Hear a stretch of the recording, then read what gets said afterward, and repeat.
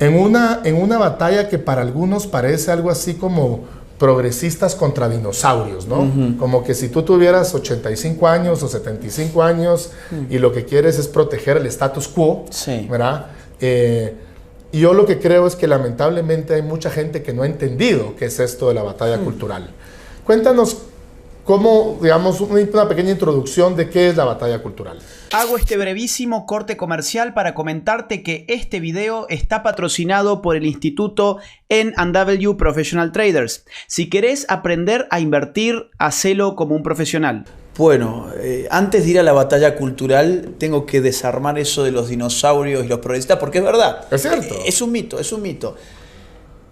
A ver, en verdad no hay mejor defensor del status quo que el progresista, solamente que lo han idiotizado precisamente y le han hecho creer que era un revolucionario.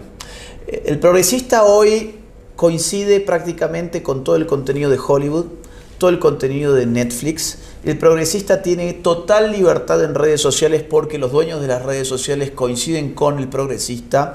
¿Y Elon Musk nos lo confirmó? Y Elon Musk, si había alguna duda, Elon Musk lo ha confirmado. El progresista se siente cómodo con Naciones Unidas, o sea, el gobierno de gobiernos, si querés así. El progresista se siente cómodo en los más importantes medios de prensa. El progresista se siente muy cómodo en las universidades, muy cómodo con las distintas currículas escolares. El progresista se ve reflejado en los más importantes famosos. ¿Qué famoso no es progresista?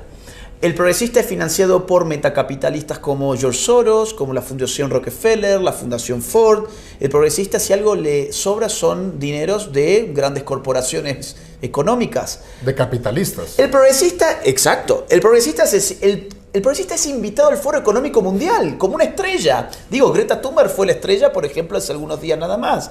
Entonces, ¿desde cuándo todo esto que he mencionado es ser revolucionario? No, es que el status quo hoy es progresista. Y aquellos a los que nos han puesto el mote de dinosaurios, medievales, retrógrados, ultraconservadores, en verdad somos los que estamos peleando contra esa ingeniería social que proviene de esas élites.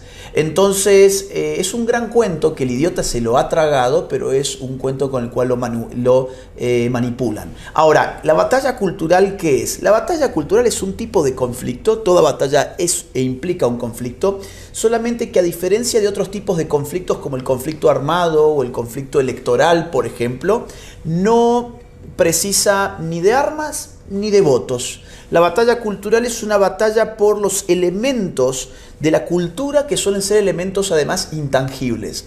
Historias, mitos, ritos, creencias, costumbres, valores, normas, son elementos culturales que están en disputa en batallas culturales. Y como son intangibles, son también poco fácil de ser percibidos. Digo, no es tan fácil percibir que te están cambiando palabras, no es tan fácil percibir que te están cambiando símbolos, que te cambian costumbres, que te cambian valores, y sin embargo hay una voluntad política de modificar ese tipo de elementos porque en definitiva somos animales culturales y actuamos en sociedad en función de lo que establecen determinados elementos culturales.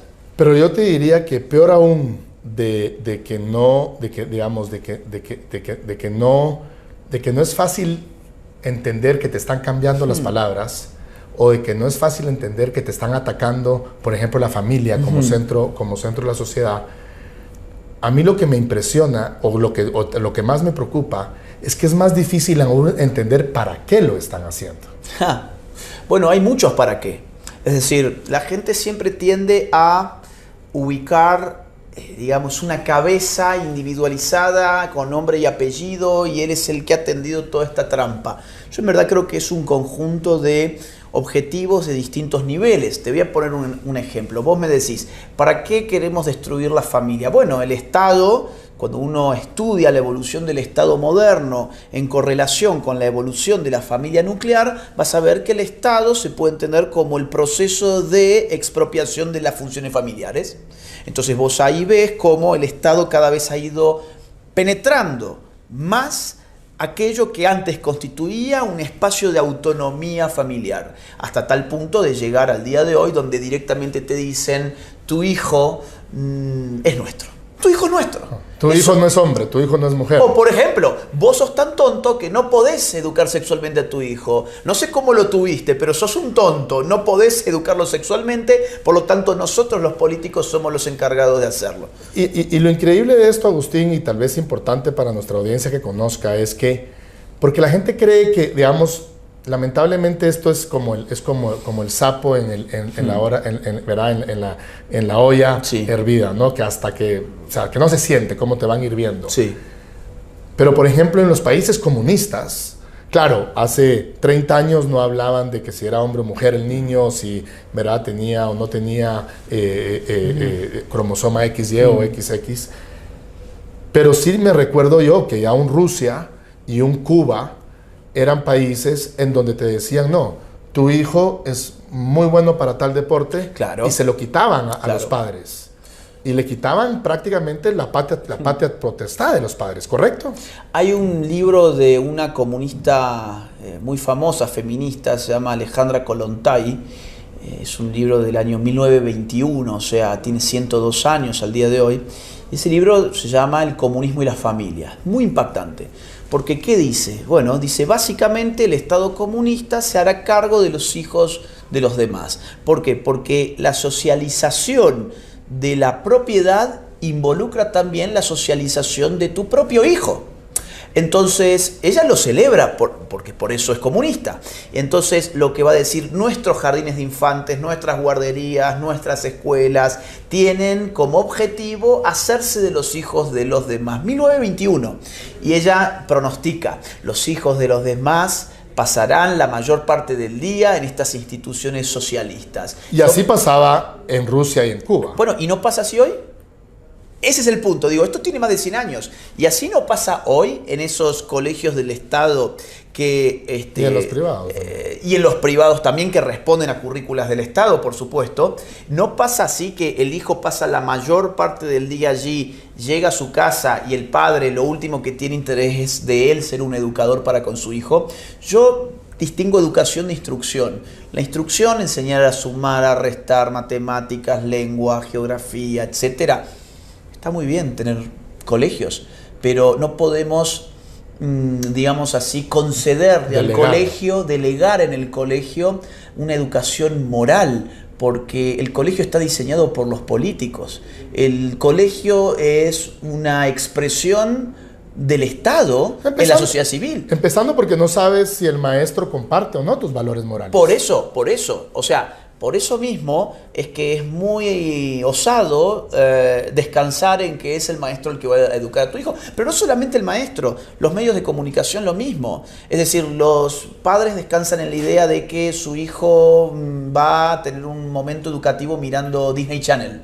Y hoy lo que te pasan en ese canal son niños trans, cambios de sexo, relatos feministas, apologías del aborto, drag queens. Es decir, Disney, por ejemplo, se convirtió en una empresa que hace ingeniería social en la niñez con este tipo de agendas. Entonces, no es solamente tampoco el Estado, sino también hay empresas privadas involucradas en esa agenda por distintos motivos. A mí me impresiona porque ya tienes tú en Canadá, no, o sea, olvidémonos de Rusia, de Cuba, que todo el mundo cree que eso no va a volver a pasar nunca más en la vida, pero ya tienes países como en Canadá, en donde tienen gente en la cárcel, tienen un padre, yo sé de una historia de un padre que está en la cárcel porque el colegio quiere hacerle un cambio de sexo al niño. Así es. Y el padre se opuso. Así es. ¿Correcto? Es correcto.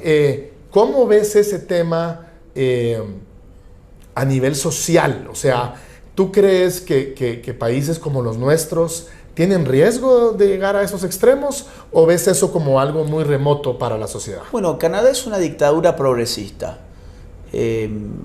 Vos decís, claro, lo de Rusia, lo de Cuba quedó atrás, pero todavía tenemos expresiones liberticidas, solamente que no vienen de manera directa, por lo menos, de aquella ideología marxista-leninista que quería expropiar a la clase burguesa y bla, bla, bla. No. Ahora viene de agentes globalistas que imponen distintas agendas que en el nombre de la diversidad, la inclusión y las banderitas multicolor terminan siendo profundamente, completamente contrarias a lo que se denomina libertad individual. Porque un colegio que te expropia a tu hijo, pues te está afectando en tu derecho humano a educar a tu hijo como te place. Eso es un derecho humano de primera generación, por ejemplo. Ahora, si va a llegar a América Latina, es que yo creo que ya está llegando. Es decir, la Constitución que Chile acaba de rechazar tenía todo eso. En Argentina, por ejemplo, hay jardines de infantes donde a chicos de 5 años les estimulan para que los niños se vistan de niñas, por ejemplo, les estimulan para cambiar sus estereotipos de género en Perú. En Perú hay manuales de educación sexual integral, que es como ellos le llaman, donde en esos manuales le piden al docente que cambie los estereotipos de los niños. Entonces, si a tu hijo le gusta jugar con un autito y está jugando con el autito, el docente tiene que convencerlo que juegue con la muñeca. Y viceversa. Esto sí que puede llegar. De hecho, hay, por ejemplo, en México, hay instituciones como CONAPRED, que se supone que combaten contra la discriminación, pero que no te permiten, entonces, decir nada que a un determinado lobby minoritario le vaya a resultar ofensivo. Incluso electoralmente, en México, los partidos políticos a favor de la vida ya no pueden hacer campañas políticas diciendo que son pro vida. No se los permiten. Porque eso es de odio, ¿no? Porque eso es un discurso de odio. No les permiten decir que están en contra de la ideología de género, porque eso es un discurso de odio. Entonces, yo te diría, no es que esto va a llegar a América Latina, es que ya ha llegado, solamente que no en formas tan extremas como vemos en países como Canadá o en ciertas zonas de los Estados Unidos. Pero en formas tan extremas, no porque no sean extremos, sino que porque van poco a poco, ¿no? Claro, o sea, exactamente. En España, en Canadá... Sí. Son países en donde ya llevan 10, 15 años con esta agenda. Sí. Nosotros estamos arrancando. Totalmente. Nosotros estamos, entre comillas, arrancando y esto pinta que va a acelerarse. Va a acelerarse en el nombre de la Agenda 2030, que es la Agenda de Naciones Unidas, que establece 17 objetivos que todo suena muy bien, ¿no? Que son, cuando lo lees es una carta a Santa Claus, es una maravilla. Es una carta a Santa Claus, es una carta de regalitos de Navidad, es una maravilla, pero cuando haces zoom en la letra chica empezás a darte cuenta que ahí lo que están imponiendo es, por ejemplo, ideología de género en los colegios. Lo que te están imponiendo, te pongo un ejemplo, en el objetivo 5, la meta 6, lo que te imponen es el aborto, porque imponen que se aplique todo lo resuelto en la conferencia de Beijing del año 1995 y en la conferencia del Cairo de 1994. Nadie tiene idea de qué son esas conferencias, pero te lo voy a decir, legaliza, por ejemplo, el aborto. Entonces, claro, cuando vos lees la Agenda 2030, todo está encriptado.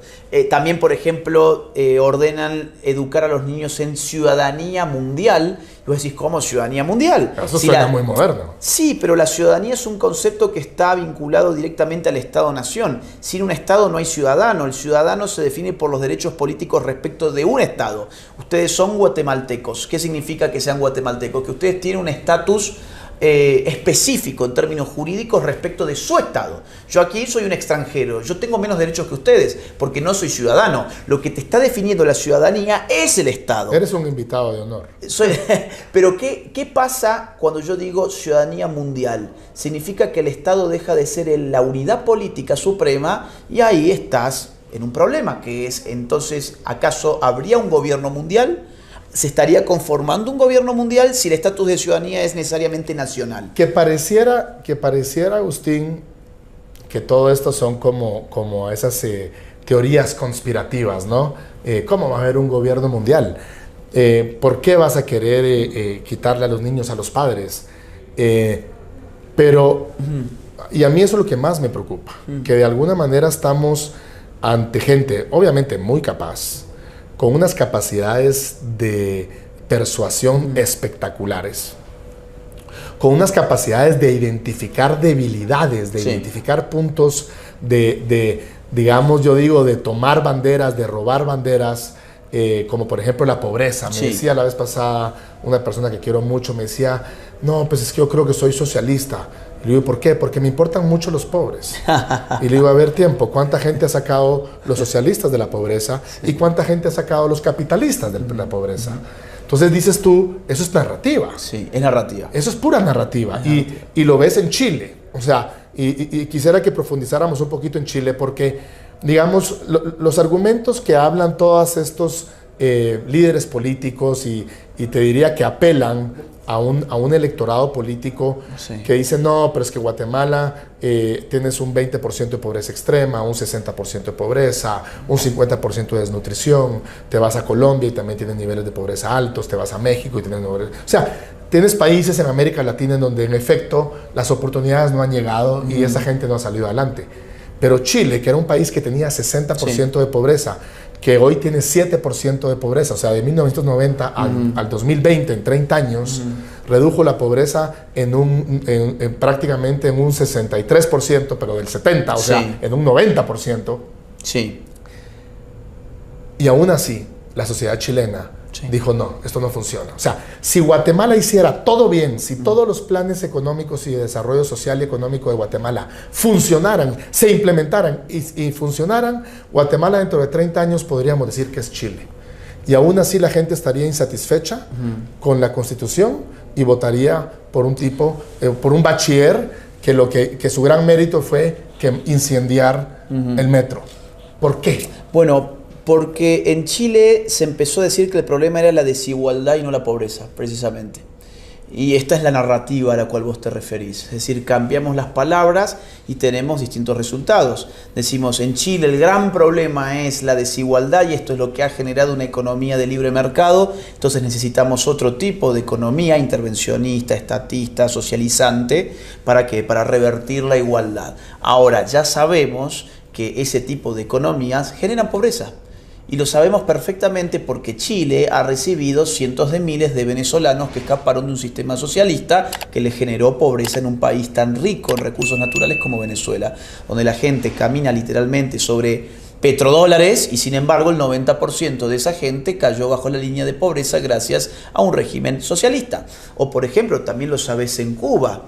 En Cuba la gente que no vota con las manos, sino que vota con los pies, porque se tienen que armar unas balsas improvisadas y echarse a su propia suerte al mar a ver si llegan a la Florida, votan con los pies para llegar a la Florida. Con el cuerpo entero. Pero con el cuerpo entero. Pero después vos tenés gente que piensa que el problema en verdad es la desigualdad y en Cuba, como son todos igualmente pobres, no hay un problema. El problema es la pobreza, no la desigualdad. Es imposible hacer iguales a las personas. Entonces, es de narrativa al final del día. Es de narrativa y mientras vamos a simplificar las cosas. Izquierda-derecha. Mientras la derecha se la pasó hablando de datos duros, de gráficos de barras, de tablitas de Excel, de índices, productos midiéndolo brutos. todo, el PBI, el índice de no sé qué, esto y lo otro, que está muy bien, no digo que está mal, pero mientras la derecha hacía cuentas, la izquierda hacía cuentos. Y al final del día la gente compró cuentos, no cuentas. Las cuentas son muy abstractas, son muy... Yo digo que muy frías. Hemos ganado la batalla de las ideas, pero hemos perdido la batalla de las historias. Sí, hemos ganado batallas de argumentos económicos, pero las batallas culturales van mucho más allá de eso. Las batallas culturales son batallas de historias, batallas de símbolos, batallas de mitos, batallas de valores, son cosas que van mucho más allá de las ideas. Yo, digamos, hago una división muy simplista y me gustaría escuchar tu opinión al respecto. Yo hago una división muy simplista y es que cuando tú vas a países socialistas, donde la narrativa ha calado, tú le preguntas al taxista, le preguntas al mesero, ¿usted qué quiere? Y usualmente te dicen, no, pues yo quiero trabajar de 10 de la mañana a 3 de la tarde porque el Estado me tiene que cubrir todo lo básico. Sí. Pero cuando vienes todavía a países como Guatemala, quiero creer que una buena parte todavía de Colombia, sacando a Bogotá, y quiero creer que también una parte de México, que creo que cada vez es menos, y Estados Unidos igual, tú le preguntas al mesero, le preguntas al taxista y te dice, yo quiero 2 turnos, yo quiero 3 turnos, yo quiero trabajo. Entonces yo divido al ser humano en dos tipos, muy sencillamente. El que se despierta todas las mañanas responsable de sí mismo y queriendo salir adelante y trabajar, versus el que se despierta todas las mañanas buscando un responsable de sus problemas que el Estado le tiene que cubrir. ¿Qué opinas de esto? O sea, dime, no, estás loco, estás equivocadísimo, tu análisis está fuera de onda. Y si estás de acuerdo, ¿cómo podemos, un país como Guatemala, que todavía el guatemalteco, creo yo, amanece queriendo salir a trabajar, cómo hacemos para proteger y promover esa manera de pensar? Bueno, a ver, esto que vos estás diciendo tiene que ver con la compleja interacción entre la esfera económica y la cultural. Yo puedo afectar el sistema económico a través de modificaciones culturales. O sea, yo puedo cambiar los valores que operan en una sociedad y cambiando esos valores puedo generar una presión política que modifique al final el sistema económico. O puedo bien cambiar primero el sistema económico y ese nuevo sistema económico generar disvalores en una sociedad. Por ejemplo, esto es lo que pasó con Venezuela. Modificaron radicalmente el sistema económico cuando allí no estaban pidiendo esto que vos estás diciendo, pero llegó un dictador que fue Chávez, modificó la estructura económica y le enseñó económicamente al pueblo venezolano la típica dialéctica de ricos malos, pobres buenos, el pobre es pobre porque el rico tiene y el rico tiene porque el pobre no tiene. Entonces, el propio sistema económico generó una forma de cultura distinta. Esto le ha enseñado mucho a la izquierda. Le ha enseñado que si no puede todavía políticamente tomar el sistema económico, tiene que apuntar a tomarse el sistema cultural. ¿Para qué? Para ir socavando rápidamente esas estructuras económicas. Y ese es el caso chileno, para comparar Venezuela con Chile. El caso chileno, vos tenías el sector económico, el sistema económico funcionando muy bien, pero culturalmente allí se estaba gestando algo nuevo. Se estaba gestando algo que iba a empezar a entrar en contradicción con el sistema económico. La esfera cultural estaba entrando en contradicción con el sistema económico porque se estaba metiendo en la cabeza de los chilenos y sobre todo de los jóvenes todas esas ecuaciones de las cuales hemos estado hablando. Que si el rico es porque lo robó el pobre, que si el pobre es pobre porque el rico tiene, que a mí la sociedad me debe cosas. Mis necesidades implican derechos y mañana mis deseos implicarán derechos y que yo la verdad es que no deseo trabajar 8 horas por día, yo deseo como mucho trabajar 4 y ahí voy al punto que vos me decías. Claro, yo puedo ir generando todo ese resentimiento, todo ese odio de clase en la sociedad y eso va calando y eso es lo que termina generando cambios políticos y los cambios políticos terminan generando cambios económicos. Bueno, como te dije, aquí podríamos hacer 2, 3 películas juntos. Conversar contigo es un privilegio, es un placer. Muchas gracias. Estamos en año electoral, aquí estamos con elecciones en junio, pues obviamente el socialismo del siglo XXI, el Foro de Sao Paulo, el Foro de Puebla, están queriendo meter su agenda. ¿Qué le dices para cerrar tú a los jóvenes guatemaltecos? Que no se dejen seducir por cantos de sirena. Lamentablemente ha habido muchos cantos de sirena en los últimos años. En los últimos, ¿qué? 3 años, 4 años en nuestra región. Nuestra región se tiñó de rojo. Se tiñó de rojo porque incluso países que nadie se lo esperaba terminaron bajo la izquierda. Chile, con un modelo económico envidiable, terminó en izquierdas. Colombia, con la guerra de guerrillas operando hasta hace muy pocos años, terminó votando un guerrillero para que les conduzca el país. Sí, increíble. Perú, habiendo tenido a Sendero Luminoso, grupo terrorista probablemente el más sanguinario de toda América Latina, termina votando un sujeto vinculado a Sendero Luminoso para que les conduzca el país. En Argentina volvimos al kirchnerismo sabiendo que eran unos corruptos, que se robaron el Estado entero, que nos reventaron y nos esquilmaron a todos y terminamos eligiéndolos. En México eligieron a López Obrador, que está absolutizando el poder, se está convirtiendo virtualmente en un dictador. Ahora quiere también el poder electoral para él mismo. La región Brasil, votaron a un convicto. Digo, pues Lula le anulan el fallo, no porque se descubre que no. Que es inocente. Que es inocente, acá está la prueba, mirá, en verdad no fue Lula. No, fue por un tema de proceso que se lo anulan. O sea, por una cuestión formal. Por un tecnicismo. Y votaste a un corrupto para que te vuelva al poder. Entonces, bueno, todo el caso Odebrecht nace todo el con caso Lula. Odebrecht nace con Lula, exactamente, y votaste a eso. Entonces, ¿qué está pasando? Son cantos de sirena. Son cantos de sirena que te lo venden como algo nuevo, como un cambio, te lo venden con la promesa de que van a saciar todo ese odio de clase que ellos mismos siembran, todo ese odio de género que ellos mismos siembran, todo ese odio entre los sexos que ellos mismos instalan, y que ellos van a venir a solucionar esos conflictos. Mentira, los agudizan, porque ellos viven de esos conflictos, no te los van a solucionar jamás, No, si ese es su principal ingreso político, su capital político es ese. Entonces todos ahora empiezan a venirse abajo, todos esos mandatarios que hemos estado mencionando empiezan de a poco a venirse abajo. ¿Por qué? Porque se votó mal. Entonces aquí no voten mal, piensen su voto, razonen su voto e infórmense. Bueno, pues muchas gracias, Agustín. Creo que el mensaje quedó claro. No le hagan caso a los cantos de sirena que vamos a tener los próximos 3 meses. El populismo ya sabemos que es un discurso súper destructivo. Busquemos candidatos republicanos, busquemos candidatos que lo que nos ofrezcan son generar las oportunidades para que cada uno podamos salir adelante con nuestras propias capacidades. Agustín, Bueno, un Rodrigo, verdadero privilegio tenerte. Bienvenido. Muchas gracias.